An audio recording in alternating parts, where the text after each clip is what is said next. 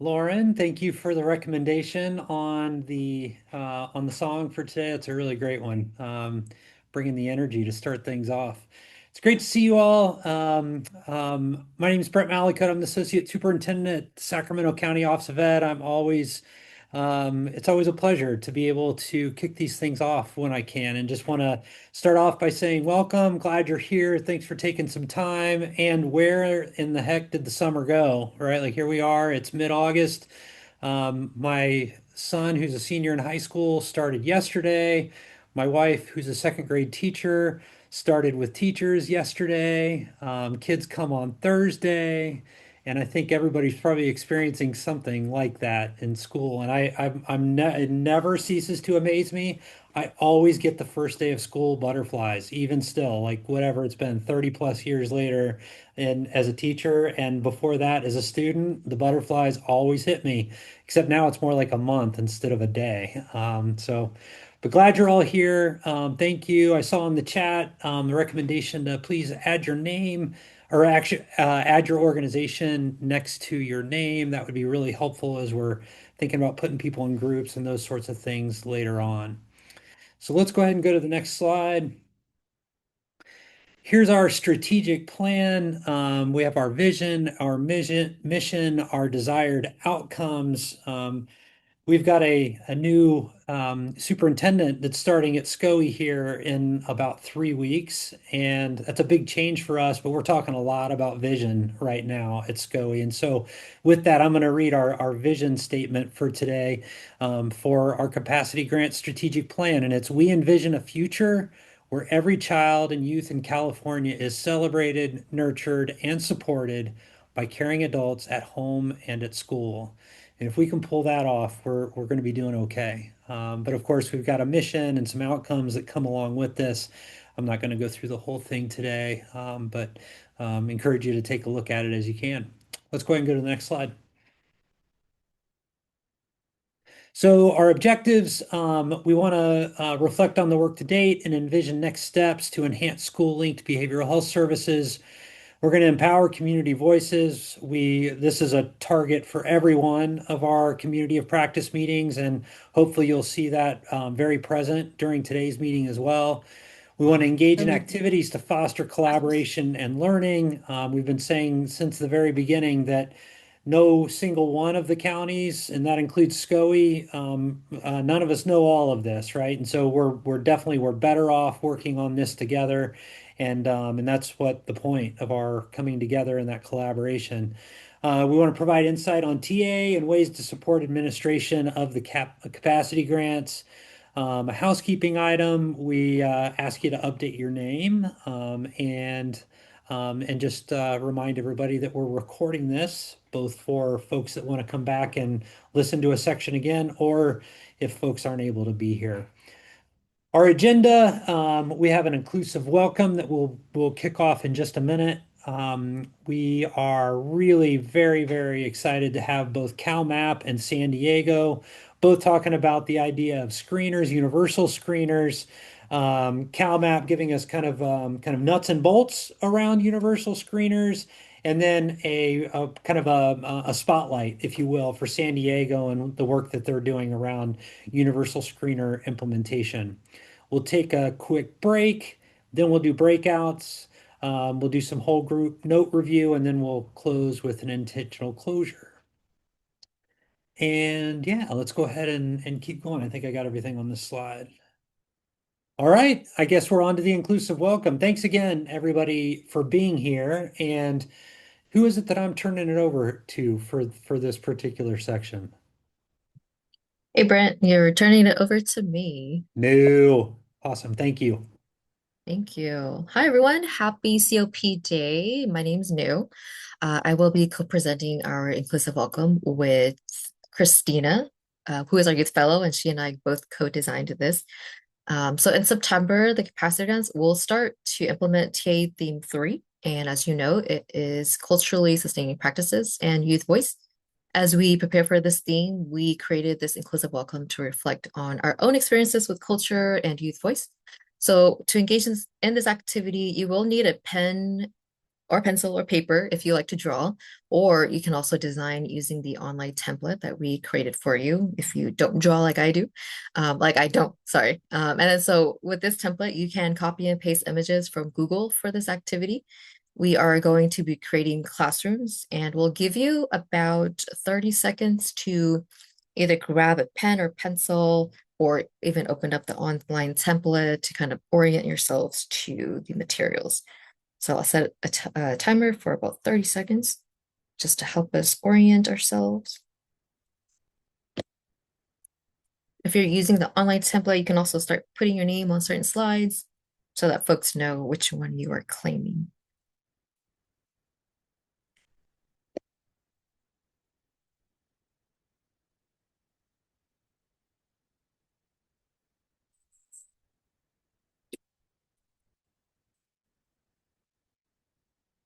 See about 35 folks on the slides.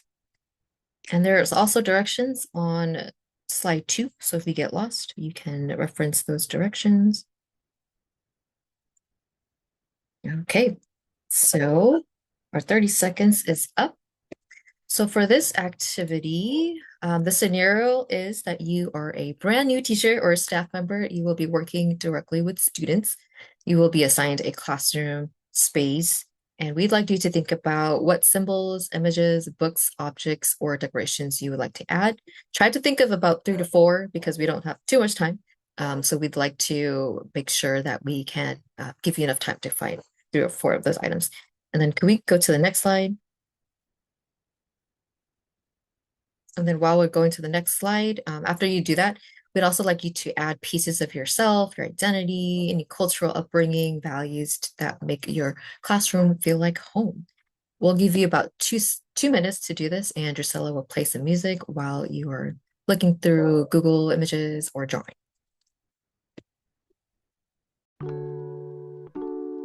And then you can cue the music. There you go. Thank you.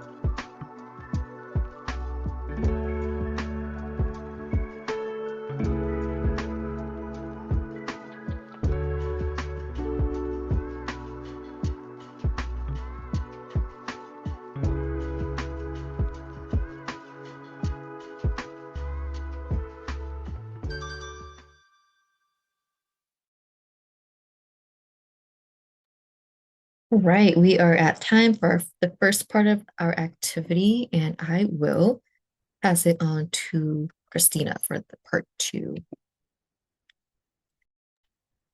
Yes, thank you, New. All right. Hello, everyone. My name is Christina. I'm the youth fellow here at COE. And if we could go to the next slide. Um, all right. So now we're going to have you add to your drawings We want you to think about the students who are going to be in your classrooms and their interests, who they are, and what items would benefit them. How would you design the space with them? Would you reserve a space for them to creatively design themselves? Would you create a cozy corner with them? Those are just two ideas, but you'll have 2 more minutes to go ahead and start brainstorming again with that perspective in mind.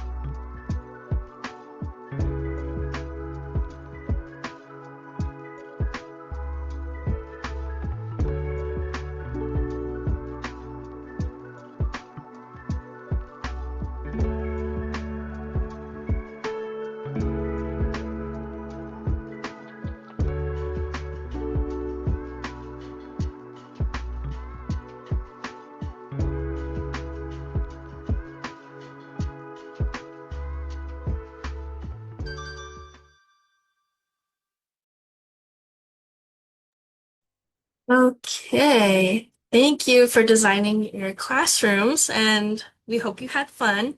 Now we're going to head into a breakout portion, and if we could also go to the next slide.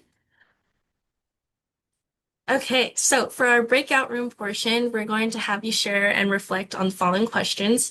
First, if you're comfortable, you can share your design, but also please think about and share what feelings came up for you as a co-designer of that space, and how would you imagine youth using the space as, or how it would benefit their learning environment. Okay, so breakout rooms are going to be created shortly, and you can go ahead and press join as soon as you see the pop-up, and you'll have 3 minutes to go ahead and share.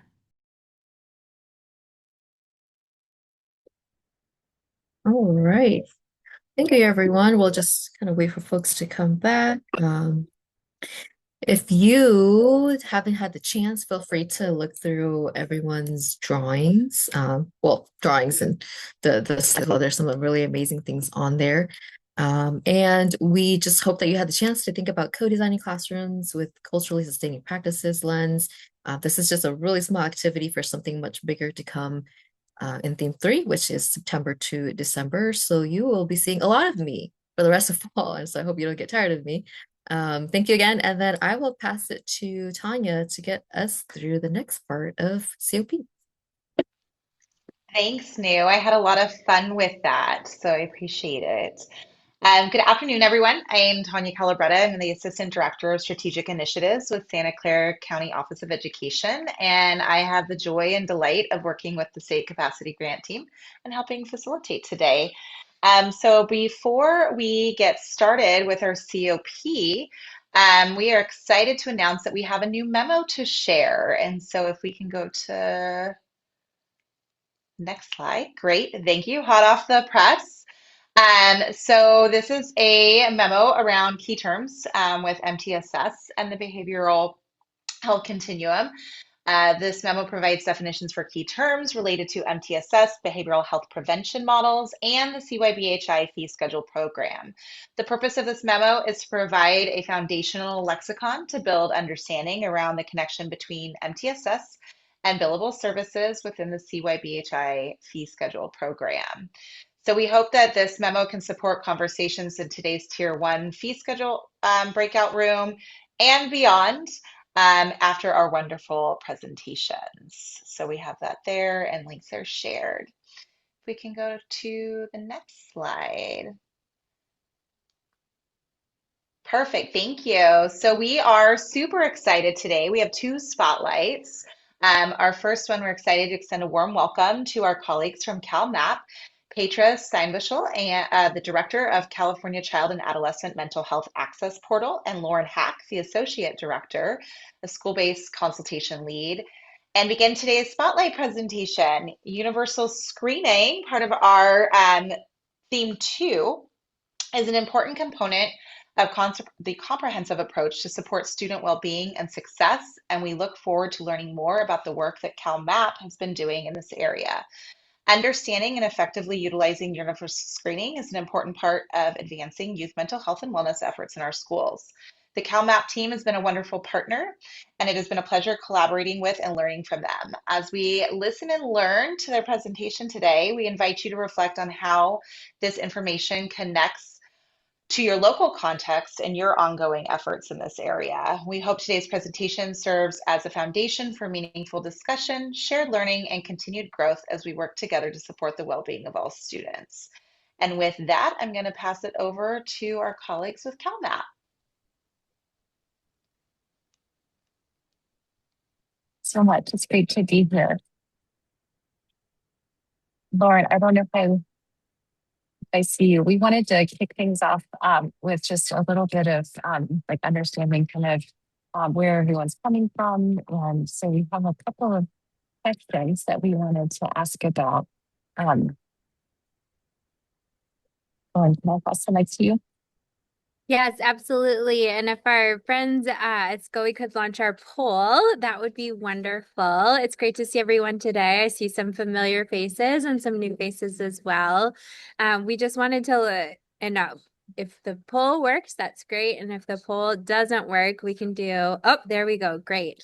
We just wanted to check the pulse, kind of get to know folks more and see where you're at in terms of readiness to implement universal behavioral health screenings, and then also start thinking about when, how, if to involve caregivers in this process. And we're going to talk more about that consideration in our talk.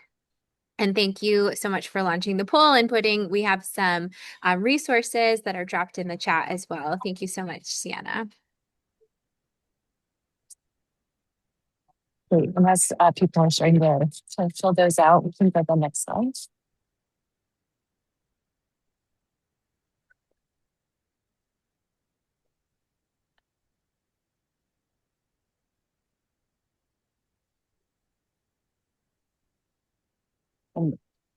Okay, here we go.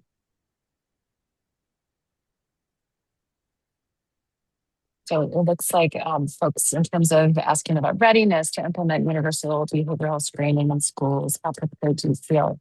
It looks like we've got kind of a mix. And there are a few of you who feel very prepared, which sounds great. About a little bit more than half are saying somewhat prepared. And then about a third of you say, not prepared, but interested. And nobody says not prepared, even sure. And then just a few folks feels like it's less applicable. In terms of asking about caregiver involvement, so how involved do you think caregivers should be in behavioral health screening processes for students? About a third of you feel like parents, caregivers should be fully involved with decision-making, feedback, and participation. And almost half say moderately involved.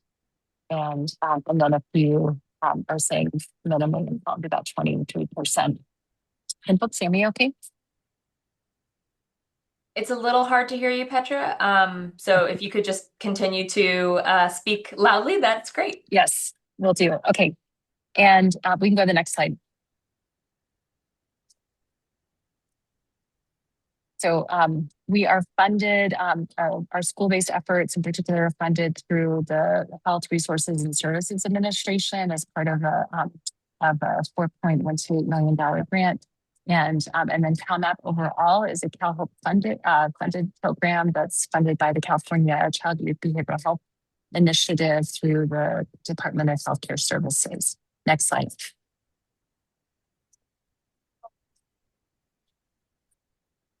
I'll just go to the next one. So the question about screening, what do folks feel like screening can help with? Because I think, understanding the why is really such a key factor before you engage in any kind of effort. And that comes up also from youth who are asked about this. We need to understand why. Um, I think, sometimes it can feel like, oh, we're wanting to make so many decisions based on data, but are we completing surveys and, sharing data just to check a box or, check things off of a list? Or are we doing this, with purpose and intentionality?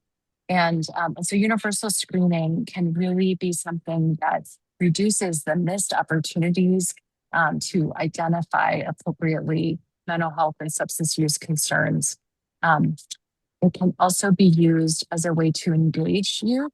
Asking the question shows, hey, I care about you. I'm interested in the answer, and we want to support you. And looking at the multi-tiered system of supports and kind of doing universal screening. So this is a tier 1 intervention that everybody participates in. And this is intended to be, for all students or almost all students. And then with that, then you might identify potential for risk. And with that, you can increase support. And then a really small percentage of students may end up needing more intensive support than just tier 2. Next slide.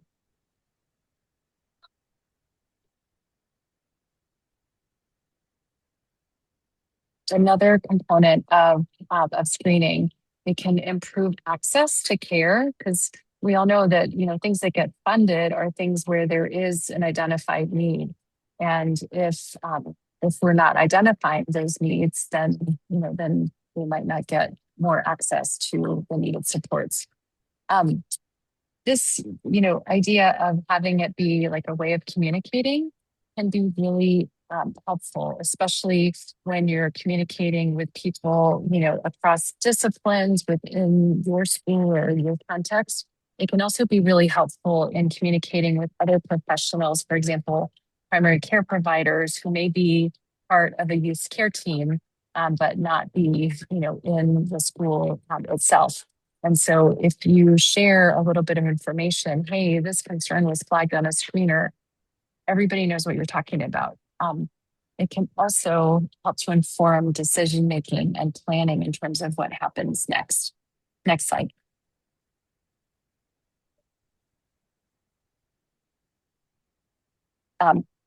Other pieces of universal screening. So it really helps to promote interventions that are aimed at prevention. Again, thinking about our role in the lives of children, youth, and to some extent families, that this can really catch things early and or help to prevent the progression of these maybe very very low key concerns initially, that we can help prevent them becoming lifelong challenges, and with that improve outcomes for students. Next slide. So coming back to knowing your why, and then from there developing the what and the how. This quote is from a survey and assessment that was done a couple of years ago, kind of mapping out the landscape of what is actually happening in the area of universal screening in California in schools. And students say over and over, we need to know what this is for, and then who's going to see it, and also what difference is this going to make, and the importance of having a school culture where people feel seen and safe, and knowing that they can share something honestly and be vulnerable, and that information is going to be shared only with the people who really need it, and handled in a sensitive way that is actually in the best interest of the youth. I think there's so much concern about, if I share something Is this going to result in some kind of action, or who's going to know? Will my parents find out immediately? So I think kind of identifying that in advance is super important. Um, this is just a note about kind of the difference between anonymous standard screeners like the annual Healthy Kids survey that happens, or things that are asking about kind of the overall temperature of a student body, that doesn't actually identify who said what. This is different than a universal screener where it really is meant to help identify any expert concerns that may need a little bit further attention. And so with that, just planning on all of this in advance is super critical. Let's go to the next slide. So thinking about a multi-tiered system of supports, a really, really important point here is that identifying the concern for a problem is not the same thing as making a diagnosis. And so this is really about identifying possible mental health or substance use problems, but not saying this is the condition that's happening. And so that is really, really critical. Importantly, it's about engaging so that that further follow-up can happen with either a mental health or a medical professional who is qualified to make that diagnosis. And I will say there is a lot of chance of having what's called a false positive, meaning that a concern is flagged, but that doesn't mean that it actually means that you have a particular condition going on. And so neither any action signs or observations or screening tools can really provide enough information to make a diagnosis. Next slide.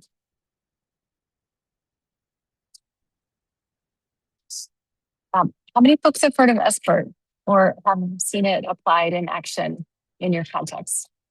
I'm seeing some thumbs up in the chat. So SBIRT is something that stands for screening, brief intervention, and referral to treatment. And it's most commonly applied in the context of substance use concerns or conditions. However, it's really just a model that can be applied across all kinds of different disorders or flags. So the screening part is the first part. And that's where you're doing a short assessment to look for potential signs. And then the brief intervention can be really just providing some education, talking about what happens next. And then when appropriate, when there's a need for this, making an appropriate referral to treatment. In your context, as you think about starting to implement any kind of screening, you have to think about the what if. So if there's a crisis, if there's something, really of urgent concern that gets identified, what is your plan? What's your plan for follow-up? Who can you reach out to, connect with, get support from? And then the other question that we ask, how involved are caregivers, families, parents going to be in this? We have to think about, what's the scope of what we would share? What would be the reasons why we would reach out and involve caregivers? And then what's the method? Because, sometimes emergencies happen at 4 p.m. on a Friday when a lot of folks have gone home. And so it's really helpful to have a plan in place before those emergencies happen and we're kind of scrambling to figure it out. And then this is easier said than done, but to have at least a pathway for, what are the resources that are available? Every single place is, varying degrees of stretched and under-resourced, but knowing, where to look is a really important thing to have in mind. Next slide, please. Another part that's really key is, we all want to know, just like we want to know how we did on a test, right? How did I do? What did that show? Youth really want to know the results, and it can be a way of just starting the conversation. And, this is a little bit more objective data that then can facilitate talking about what are we going to do next. It also gives voice to the youth so that they can engage in what happens next rather than, covertly, having these results and then not sharing, because maybe left feeling confused, and definitely disempowered. Next slide.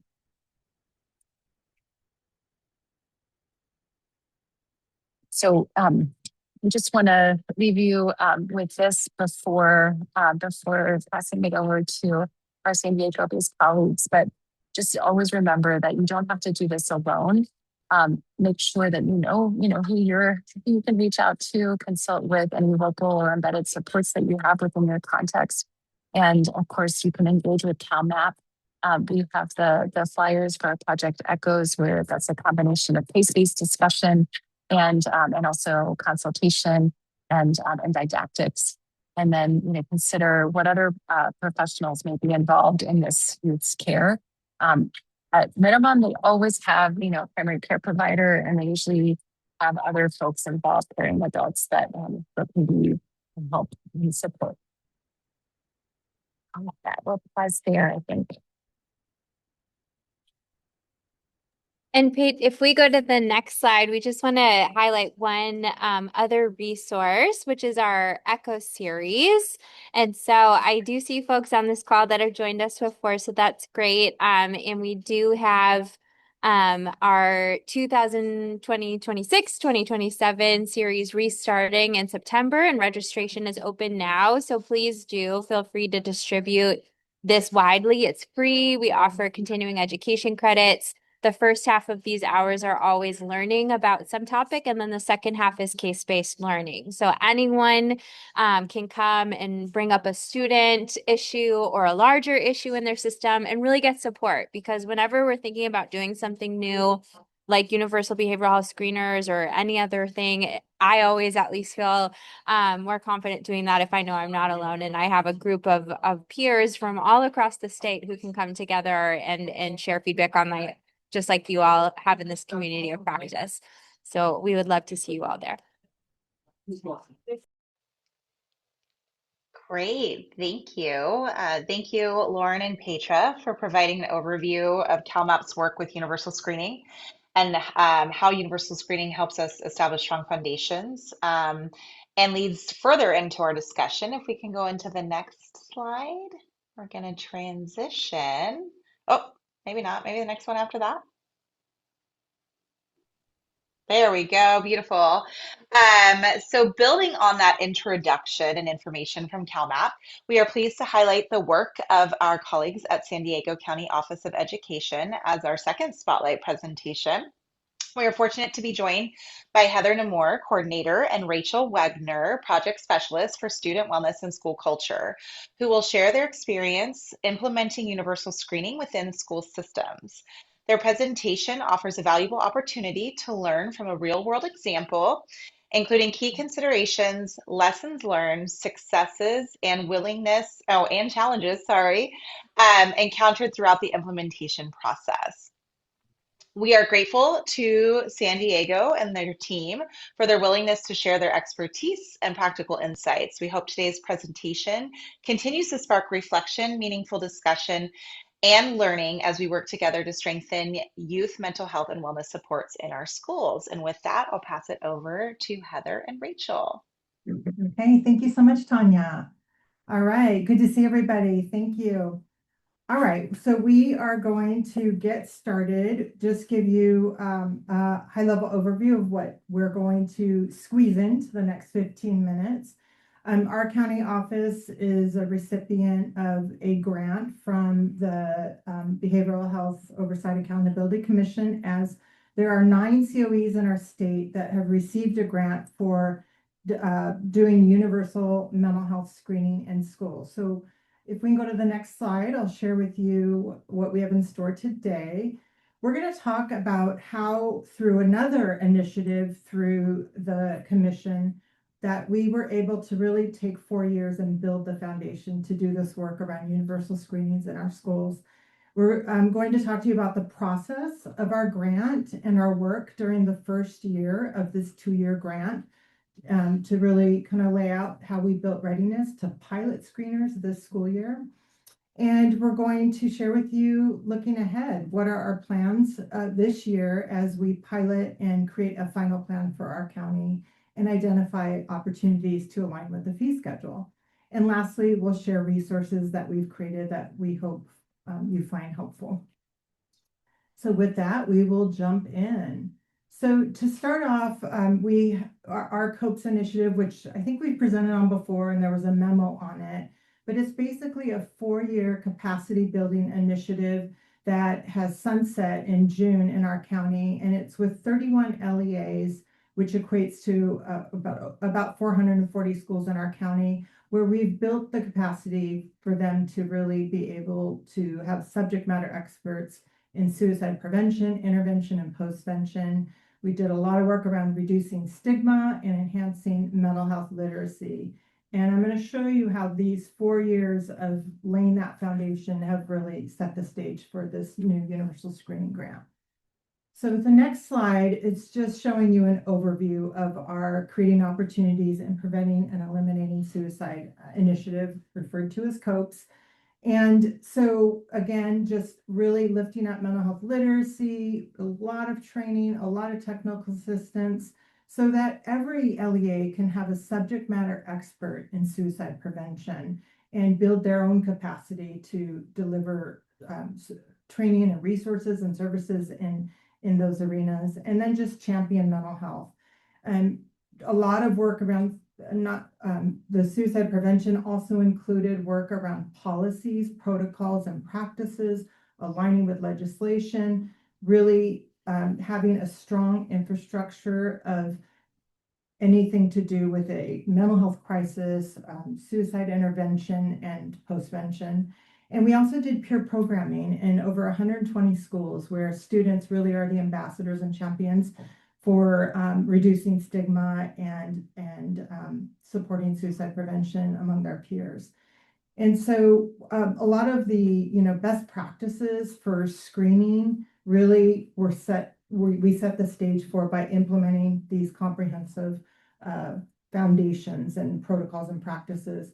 And then everything we did in this initiative is data driven, and we'll refer to that more as we go. So with that, this next slide just gives you a layout of the COPES grant. You can see here the 4-year initiative, 31 LEAs, and then the last school year was the first year of our universal mental health screening grant. And basically, we use data to identify 4 LEAs that could be a active participant in this grant. And so we landed with 2 charters and 2 districts. 2 have done universal screenings before and 2 have not. And everything that these LEAs have committed to include bringing back information to their staff, students, and families, and bringing it back to our planning committee that Rachel will talk more about.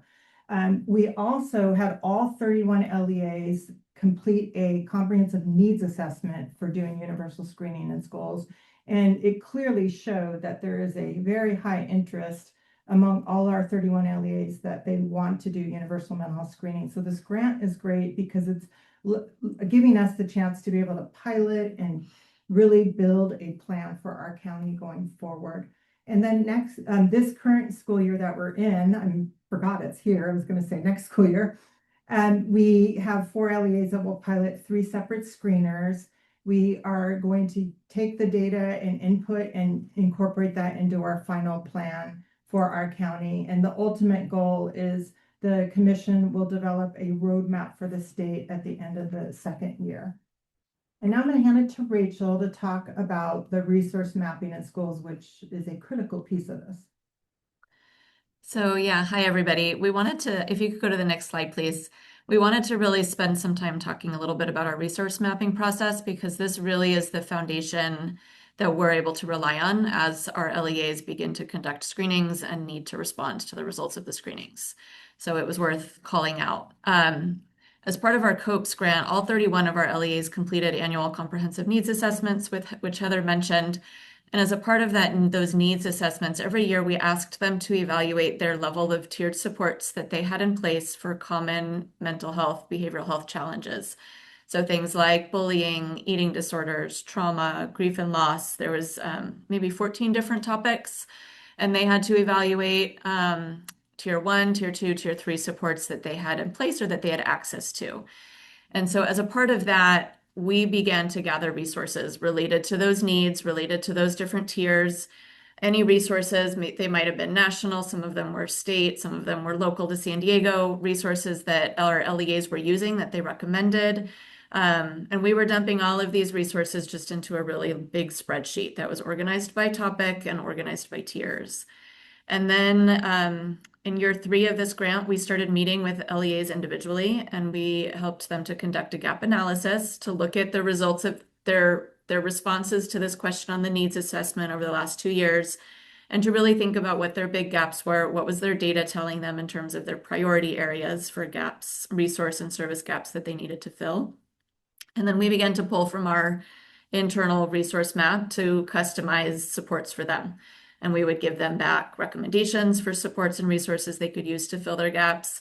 And then we continued to meet with them every couple of months to check in and see how the resources were working for them. As a result of all of that work, this last year, we worked with our data and innovation team, and we turned what had been this really large internal spreadsheet filled with resources. We turned it into a searchable online database that's now live on our website as of last May. It's our behavioral health resource directory for K-12 schools. And if you can go to the next slide, and then I believe Patrick is going to pull it up and show you real quick. This is just a screenshot of it, but you'll get the link to it as well. And Patrick, if you're able to show it. Excellent. So this is linked on our website. You're getting this link directly here.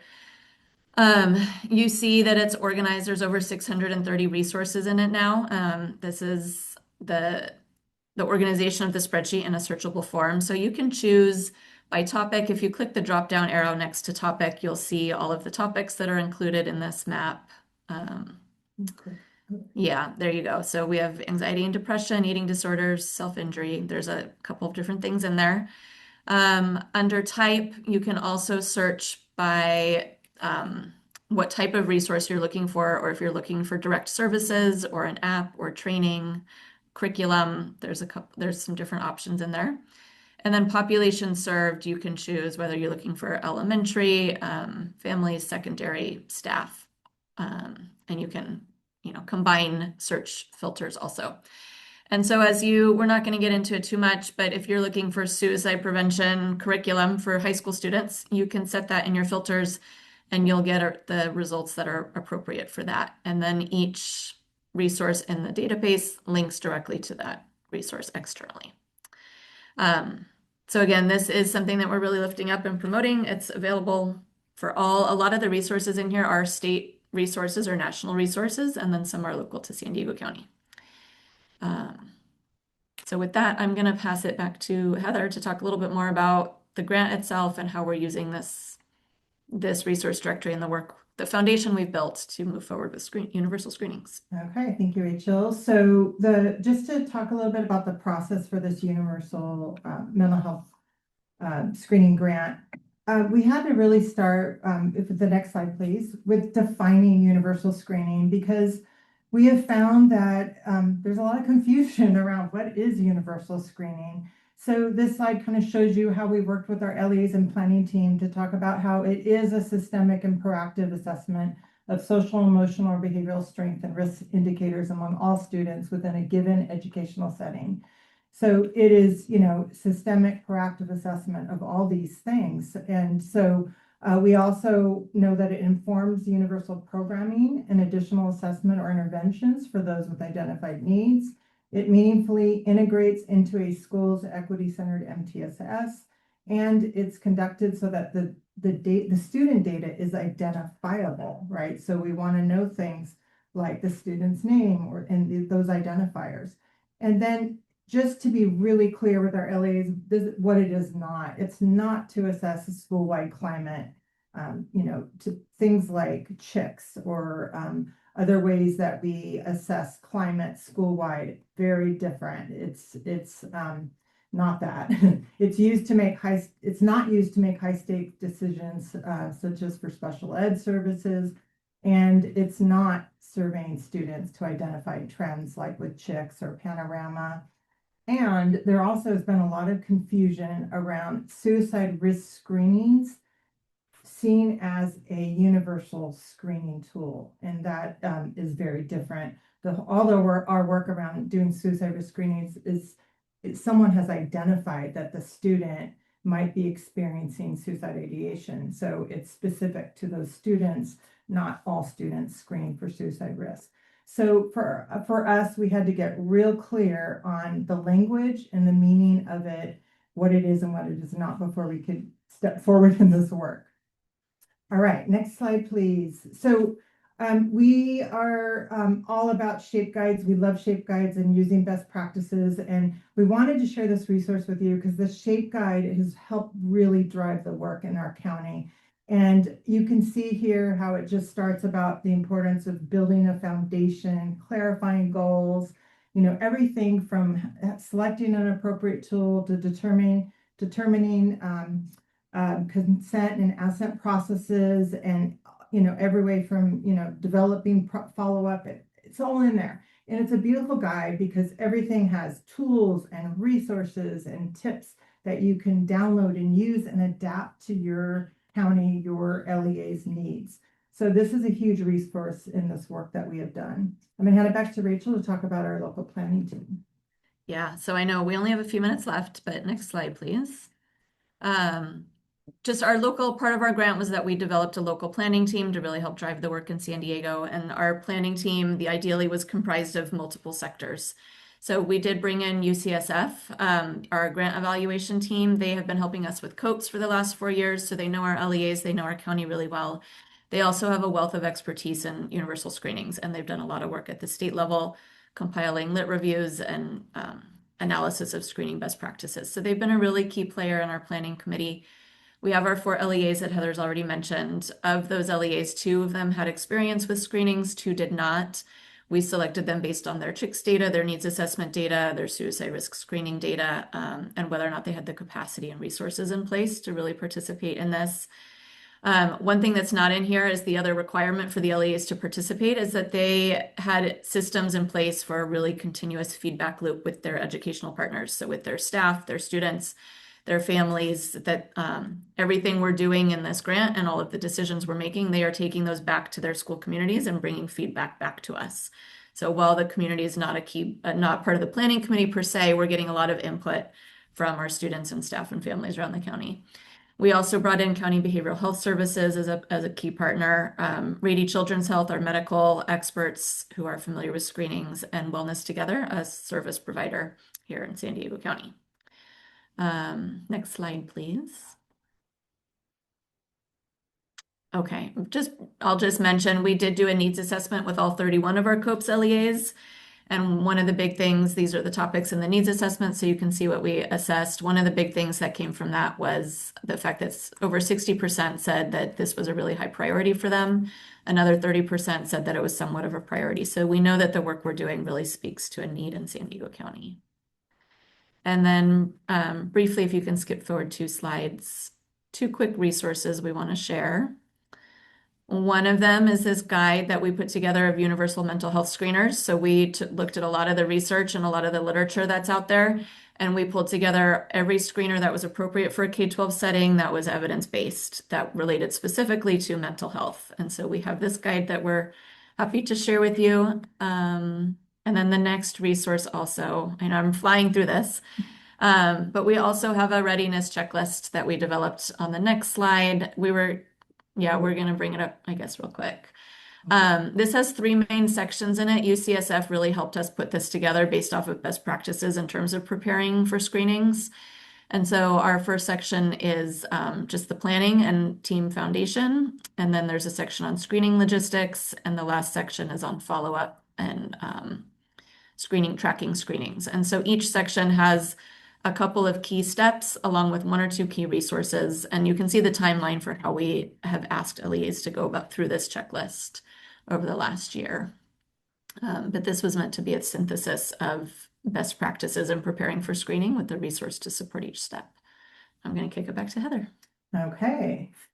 I'm gonna close it out with just some last thoughts around looking ahead. And if we can go to the next slide, just some things that we're looking at. So with this pilot, we also see an opportunity to pilot alignment with the fee schedule and universal screenings. And our motto in San Diego, we go slow to go right. So we're figuring this out. We haven't figured it out yet, but what we know is all 4 LEAs that are piloting this year also surprisingly have TAD Health.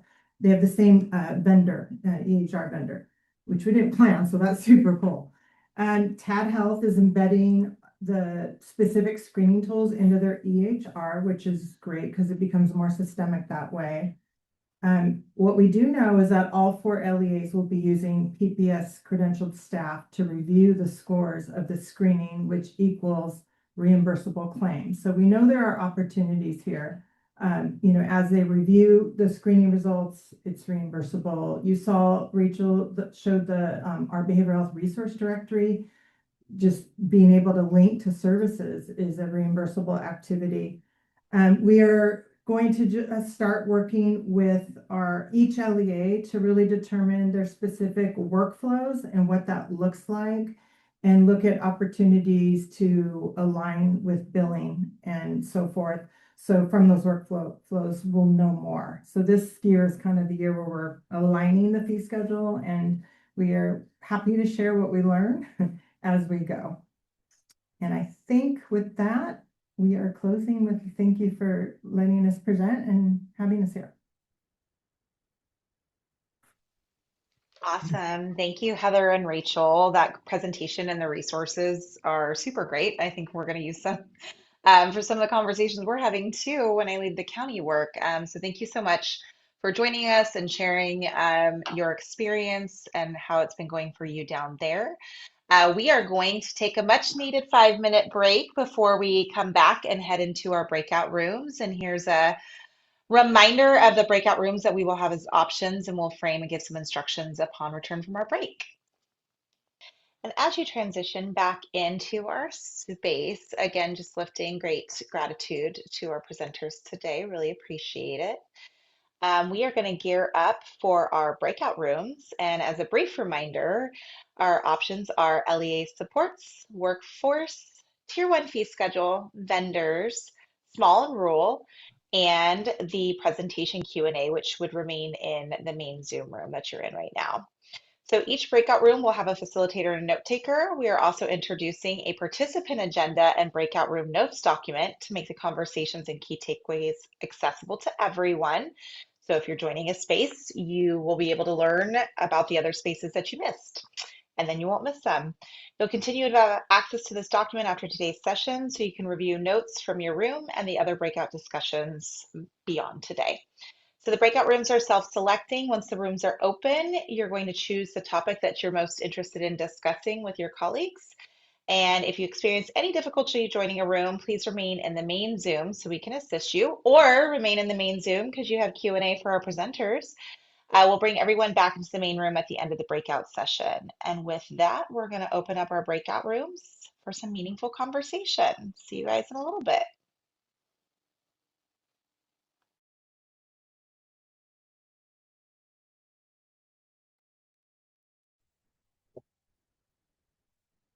Great. So I'll be facilitating the Q&A room, but just giving folks a couple minutes to hop over to other rooms if they're still trying to decide which room to go to. And please let us know if you need any help navigating.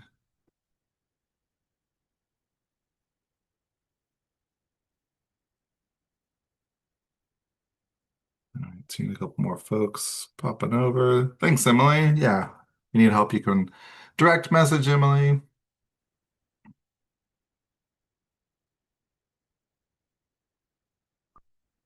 Okay. Thank the trickle of folks to slow down. So this might be it. Thank you so much again to CalMap, to San Diego for your phenomenal presentations. Both of them were truly inspiring, hearing about the amazing work that's happening across the state and in San Diego. Really, really so special and so lucky to have all of you as presenters today.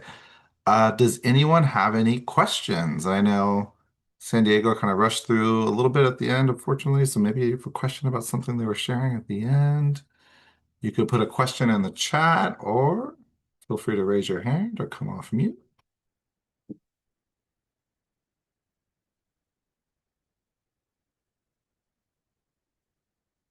I had a quick question. Yeah. So being in Napa versus San Diego, I think there's been some concern, especially at our smaller districts, as far as if they do universal screeners and what the outcome of those screeners is, and do they have the resources in-house to actually support those students? Because some, only have like a contracted social worker coming in once or twice a week. So to me, I'm always thinking about all the steps and how are you going to create a workflow to ensure that the support is given to those students if concerns arise from the screeners.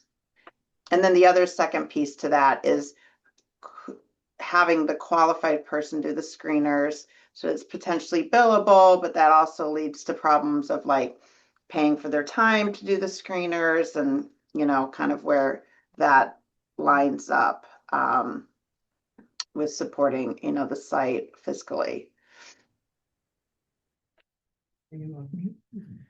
Yeah, I think for the first question, I think that I think our whole experience in the resource mapping and gap analysis and building a behavioral health resource directory, one thing we found is that there are so many resources and supports that are out there, but it was a matter of identifying them and coordinating them in a way that LEs can easily access and navigate them.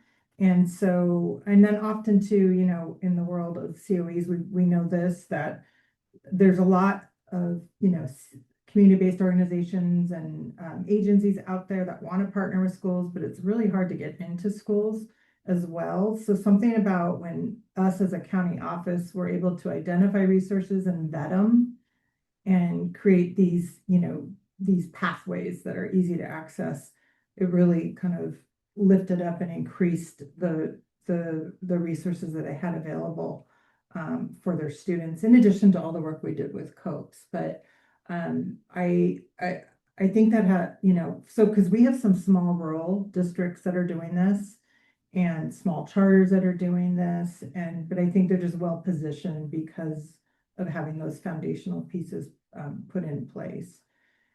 One thing we didn't mention in our presentation is another great systemic resource that we have in our county is the mobile crisis response team through our behavioral health services. And we launched it in K-12 schools about 16 months ago, and it has been a phenomenal resource. We have 42 districts and 76% of our districts are using them. And so anytime there is a behavioral health crisis in a school campus, they are within usually 30 to 45 minutes out there.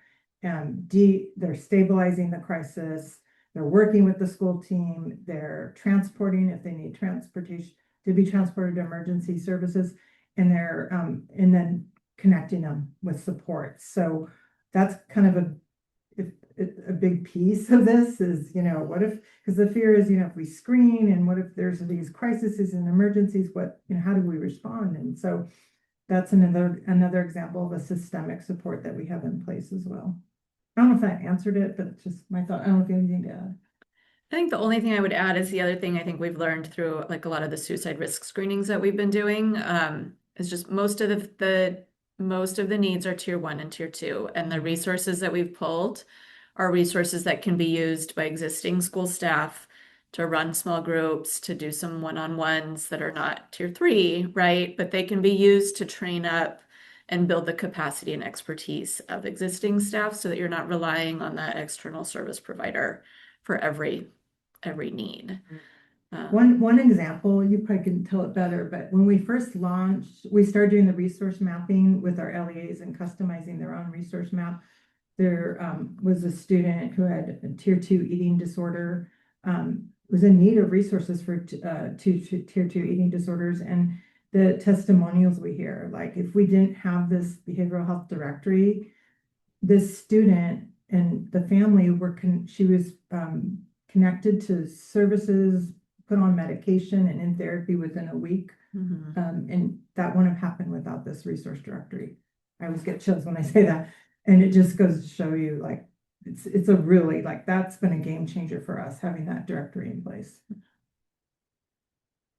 And then just the other thing, real quick, you mentioned like the staff to proctor the screeners and that time. Yeah, that's right. A lot of the screeners that our schools are using are all self-screeners. So students are doing them in advisory or in their English class or whatever.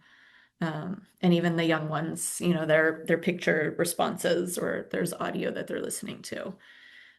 So it's not necessarily staff time to do the screening. It's the time on the back end. And Thank a lot of the screeners have scoring guidelines built in. So it'll flag when a student screens at a certain level or above, and that way school staff know they have to respond to that, but they're not necessarily spending time reviewing every single response for some of the platforms. Thank you. Really appreciate your thorough answer, both of you. I know, Kita, you also had a question about fiscal piece. Do you feel like that was kind of addressed, or is that still? Yes, because they're basically doing the screeners in their classroom, so they're not being administered by somebody. So yeah, no, that did help. Thank you. Great. I see a question in the chat from one of our presenters to another one of our presenters. This is awesome. Presenters asking questions from presenters. I'll read it out loud for folks in case anyone's maybe driving while taking this meeting. I'm curious how long the prep was with your context to lay the foundation, get staff buy-in, engagement, and did you involve students' families during the implementation planning phase? And was this universal with all school staff or with specific types of professionals? A lot of questions in there, but curious your answers. So I think, you know, part of what we spoke to, a lot of the foundation building was over the last 4 years with our COPES grant. And that's where a lot of the engagement came in, the staff buy-in, the leadership buy-in, just as importantly as staff buy-in. And the reason it was a fairly quick turnaround from getting the grant to needing to get started. And so part of the reason we chose the LEAs we did for the pilot is that we knew they had a strong foundation. We knew they had the buy-in. These were district leaders who already had schools that were fully in and leadership was fully invested and they wanted to continue the work. So that was a part of it. In terms of involving students and families, yes. So this past year was our implementation planning phase. And I think 2 or 3 times in our cycle, we asked our LEs to go back to their students, their families, their staff, and all. I see the second part of that question. All school staff present their screening plan, present their screening tool, and get feedback on it. And we learned, and then we debriefed that within our planning committee. We got some really valuable feedback, specifically from students. It was interesting because even though it might be a self-screener that they're taking in their English class, the students' feedback was, well, if I don't like my English teacher, I'm not about to be vulnerable, right? I know they're not, you're telling me they're not looking at it, so fine. But what if they walk by and see me, or I'm not comfortable in that space? And so the person proctoring it, even if they weren't proctoring the screener, the adult that was present, really, we heard from a couple of our LEAs from students that makes a difference, the adult in the room, whether or not they're involved in the screening. So there has been a lot of feedback and involvement of families and students. Yeah, that's so interesting. I wanted to follow up and ask like anything, surprising. And so, I mean, that's very compelling and consistent. And I guess, anything else that was surprising. And a big piece of COPES was, and one of our biggest successes is getting all 440 schools to adopt an evidence-based suicide risk screening tool and to, of course, get trained in how to use the tool and the continuum of care after screening. And also just being able to do this, report the screening. So not only are they doing the screenings, but they're reporting them to our evaluators. So it's been a big pilot in San Diego County for 4 years. So we know the trends that we're seeing in our county. We know that sixth graders are screened for suicide more than ninth graders, and it's more prevalent in middle school than high. And we have specific trends that we've seen, and of course, we've used that data to pick the LEAs for um, uh, this grant that we're talking about now. But the whole suicide risk screening really, I think, got the buy-in to of how powerful it is to do. It's not universal screening, but to be able to have systemic evidence-based screening in place, and how powerful the data is, and most importantly, being able to support students that otherwise we might not realize the extent of their suicidality. So I think that's a big part of it too. Patrick, can I be free to ask a follow-up? Yeah, Um, so go for it. There's so much kind of interesting overlap in what you presented in this very rich and experience here. Really, obviously, you've been doing this for a long time, and it's very consistent with what we see and recommend. And I guess what's your take on the opportunity for more, connecting to other parts of the system of care and actually like collaborating, communicating, because in the presentation had suggested like, okay, don't forget, every kid has a primary care provider, usually at minimum. And they already have like other types of, professionals as part of their care team. And like how feasible is that? How much do you see that happening, or do you support that happening? I think, I mean, to be real honest, I think we're figuring that out. We do work with the San Diego chapter of the American Academy of Pediatricians, Pediatrics. And we have we work with our partners at Rades and just the AAP in general. And I think they're two really large systems that are trying to figure out how they talk to each other. So we did this year, one of the things that we did as a result of our COPES work was work with our AAP partners to develop a crisis referral form, because one of the gaps we were seeing is that a student might be in crisis, school counselor might call parents in and ask them to transport them to the emergency room, but by the time they get there and they get screened, there's nothing wrong, there's no risk.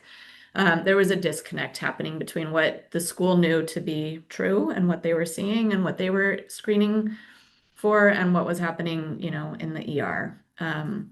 And so we created a form that we're still piloting for school staff to fill out with the results of the screening, some of the basic info about, what the context, the history of the student was, what the needs were, to give that to the parents to then give to the medical team so that the parents don't have to try in the middle of their own crisis. The parents don't have to try to communicate everything they heard from school and remember what it is they're supposed to say when they're entering a brand new system.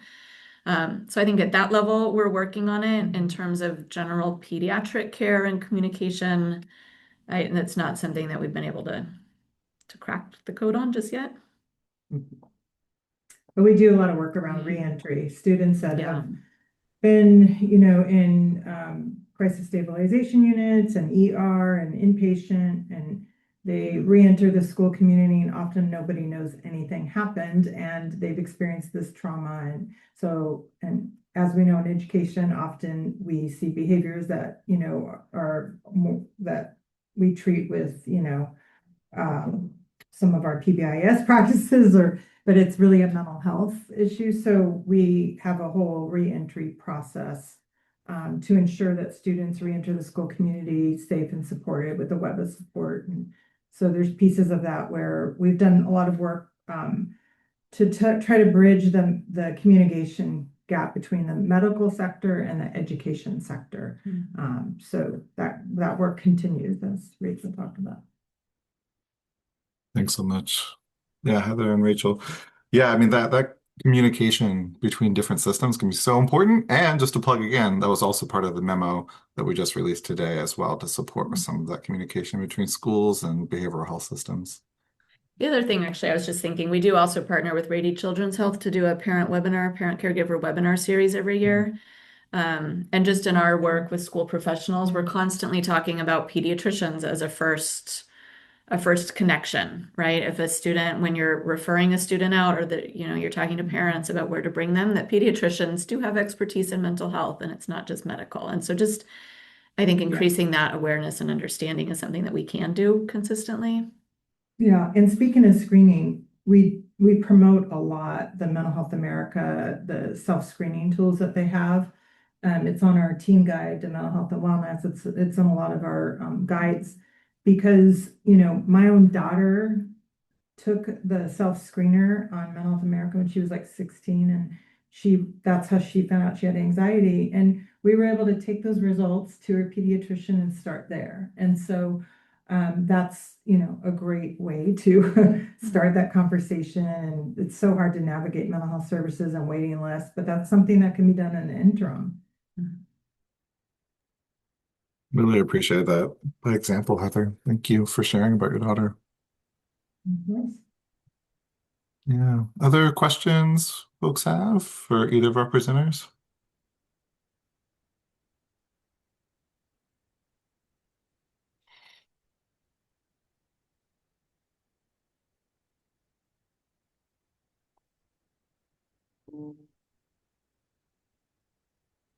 Mhm.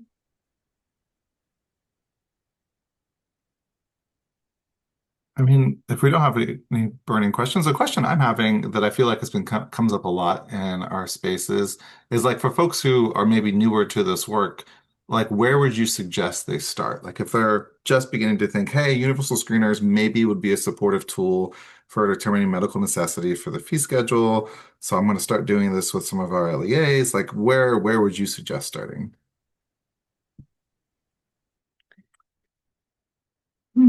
I mean, my first answer, it like that shape guide we shared is so great. It's like universal mental health screening for dummies. It's so clearly written and easy to understand and is embedded with so many tips and tools and resources. That's where we started. I mean, really, we've even used that in the beginning of COPES for mental health in schools and so forth.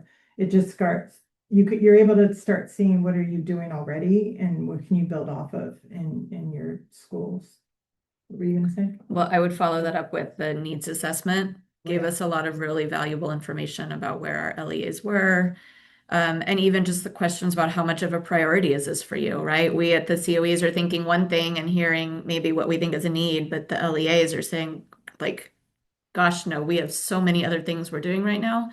This is an idea and we'd love to, but no, not yet. Or, yes, we're working on it, we're lost, help us. Wide variety of responses. But the needs assessment to really get a sense of interest and then current barriers, challenges, needs, strengths, readiness was really important. Yeah. And then the other thing I would say I think our LEAs, one of the things they found to be really helpful was that initial round of gathering input and feedback from students and staff and their parents and caregivers. And the things they learned from tabling at back to school night to, presenting at PTA meetings, all of the little ways that they were out there having conversations at lunchtime with students, just asking questions. They got a lot of really valuable input that then helped inform, what we needed to be doing and considering as next steps. So just getting, and one of the things that came from that, actually, I was going to share earlier, there was a lot of thought from our school staff that we're working with that parents and caregivers would be super hesitant and they might not be on board in all of the communities we're wanting to screen in or that the schools were wanting to screen in.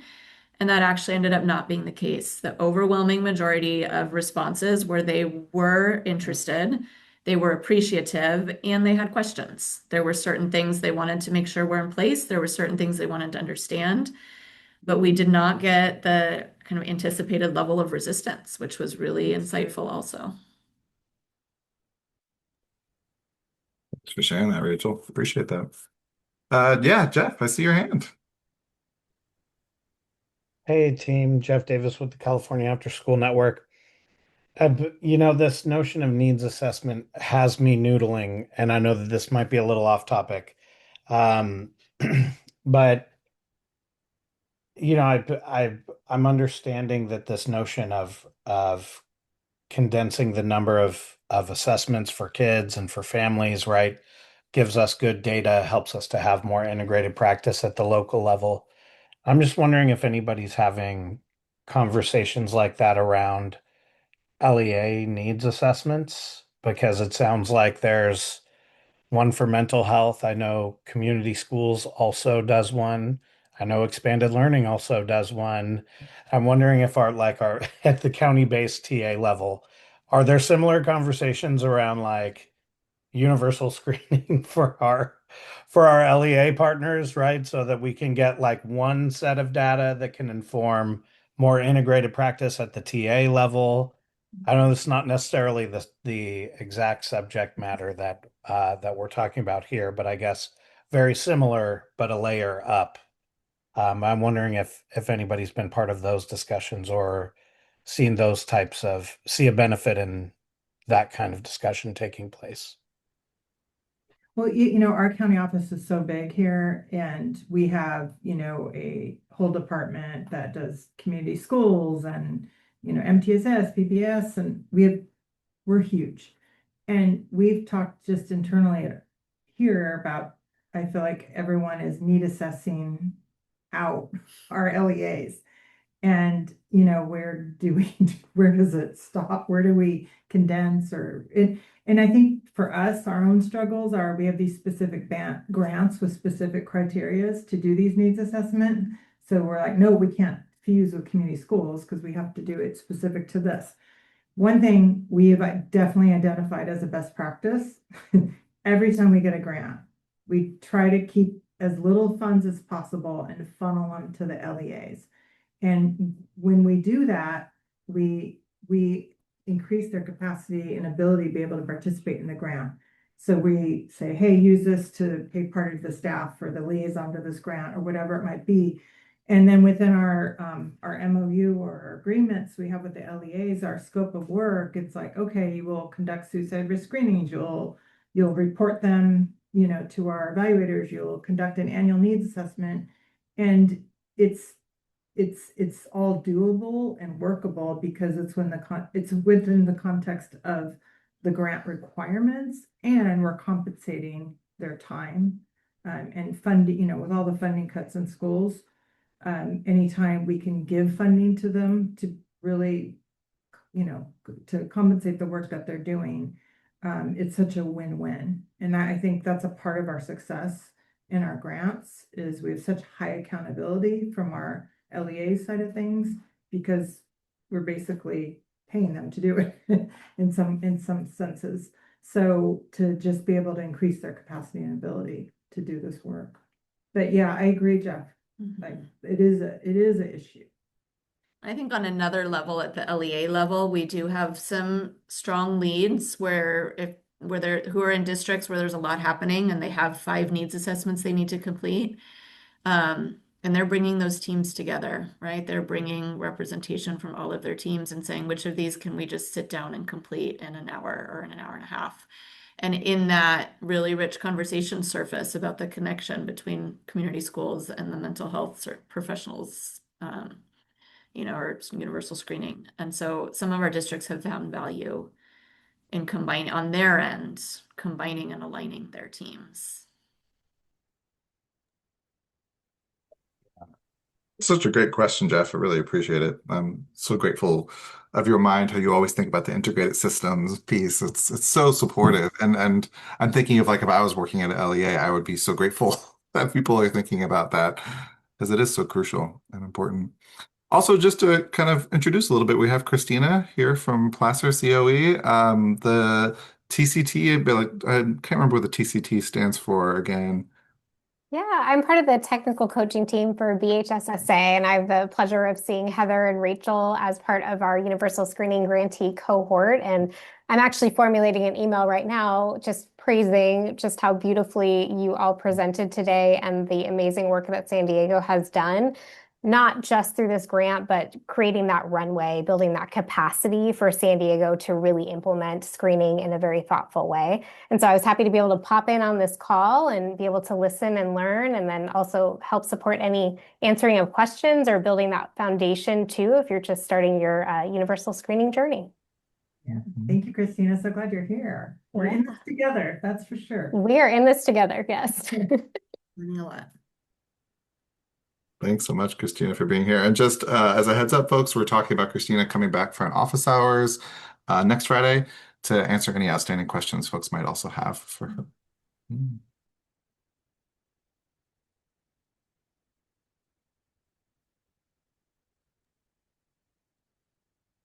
Any other questions coming up for folks?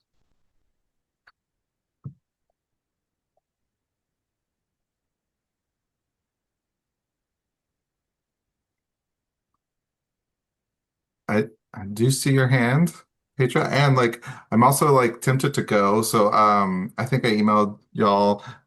We asked at office hours on Friday what questions there were around universal screeners to prep for this. And so there was one question that I'd be curious your answer on.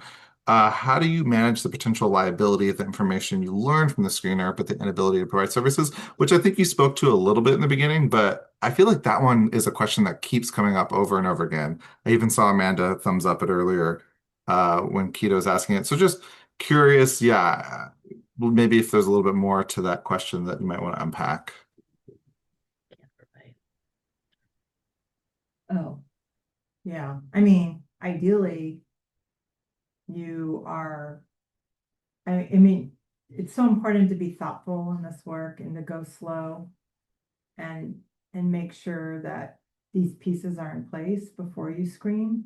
So ideally that won't happen if you're doing it thoughtfully, and if you look at the shape guide and the process, it's very thoughtful and um I don't know. I mean, we'll let you know if that comes up. We don't know what we don't know because they're just starting to pilot now.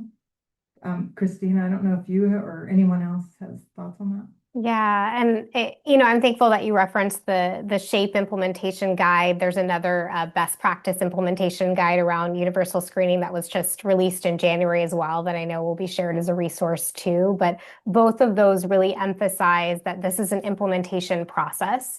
And so thoughtfully going through those steps, starting with exploration and then really assessing readiness, which San Diego, you're such a beautiful model of really leaning into readiness, ensuring that you have mapped out all of your resources so that when students are identified through screening, you have a clear referral pathway so that you can intervene. So there's that little saying that you might hear, if you screen, you must intervene. And there is some truth to that. And so even though there's not necessarily a legal responsibility that either of those guides emphasize, there is an ethical responsibility. So you want to take this seriously as an implementation process and make sure that you have truly assessed your capacity and the readiness and resources available within your LEAs. Yeah. And really, our county office is the resource for, I mean, I can't think of a time when someone reached out to us and asked for a resource for a student and we couldn't find it. We can find it. And we have a very close relationship with County Behavioral Health. And, if there's a crisis and, they need a grief and loss therapist, they're out there. I mean, we have a partnership with Elizabeth Hospice. They'll go out, and we have just at our fingertips endless resources and supports that we tap into. So for San Diego County, I can't imagine that happening and them reaching out to us saying, we don't have anything for this student we just screened, and us not being able to find it. We'll find it. I'll also say, like, in addition to the actual tangible, resources, the student needs this, and here's a resource I can attach them to. It's also that systems readiness, right? So I know San Diego, you probably have a thorough understanding of what types of MTSS teams exist on school campuses, so that when you actually screen, we're assured that someone is sitting down to look at the results of that and then act on the results of the screening. So that's often a misstep that I can see, is that if those MTSS systems aren't in place so that people are sitting down on a regular basis to do something with the results of screening, that can be one of those ethical conundrums as well. And that's something that all of our LEAs had to submit to us back in the spring before they start their pilot year this year. Is they submitted to us their essentially a draft of their workflow, right? What were they using to screen? How is the screening going to happen? Who was looking at it? What was going to happen once they looked at it? What did they have in place? So before they ever started, that's something that we've been supporting them with and making sure is strong. And in the end, there's gonna be 9 counties that have a plan for their county at the end, at the end of the school year, and then there'll be a state roadmap. So that's the exciting part, is all these COEs and LEAs are doing this work to lay the groundwork going forward. So for us, we have, our 31 COPES LEAs, though they're gonna wanna, this roadmap's gonna help inform it for them. We have 43 districts, so there's, we would love to see this countywide eventually happen. And so, the good work's happening, and there'll be more and more supports, I think, in place to do this work going forward. Great. Thank you all for your robust answers. I really appreciate it. Yes, we've got about 2 more minutes before we transition over to the feedback form. Any other questions for either of our presenters or Christina?